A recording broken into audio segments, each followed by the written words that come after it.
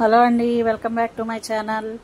ఈరోజు మనం కమ్మనైన కొబ్బరి పచ్చెనపప్పు కూర చేసుకుందామండి. ముందుగా కొబ్బరి ముక్కలు 2 చిప్పల్ని ముక్కలుగా చేసుకొని మిక్సీ వేసి పెట్టుకున్నాను. అలాగే ఒక గిన్నె పెట్టుకొని ఆయిల్ వేసుకున్నానండి.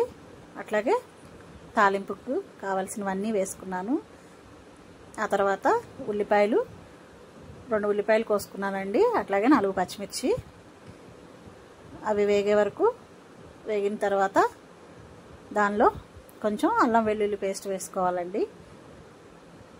అది కూడా పచ్చివాసన పోయే వరకు వేయించుకోవాలి. అట్లాగే ముందుగానే నానబెట్టి పెట్టుకున్న పచ్చెనగపప్పును కూడా కడుక్కొని వడగట్టుకొని దీనిలో వేసుకోవాలండి.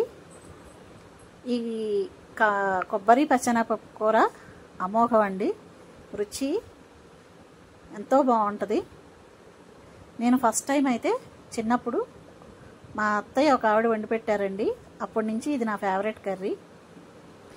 ముందుగానే మనం పెట్టుకున్నాం కదా, ఆ కొబ్బరి కూడా వేసుకొని కొంచెం పచ్చివాసన పోయే వరకు వేయించుకోవాలండి.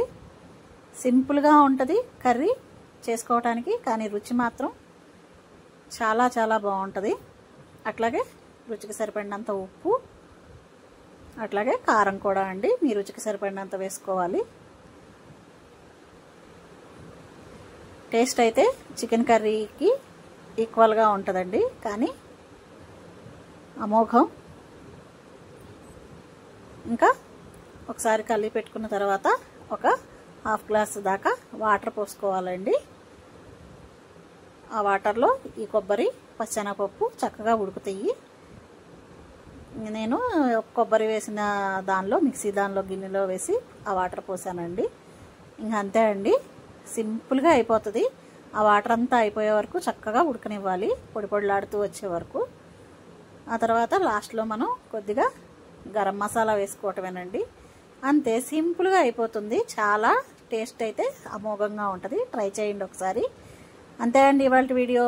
మళ్ళీ మరొక వీడియోతో కలుద్దాం. Thank you for watching. Please subscribe చేసుకునే వాళ్ళు సబ్స్క్రైబ్ చేసుకోండి. బాయ్.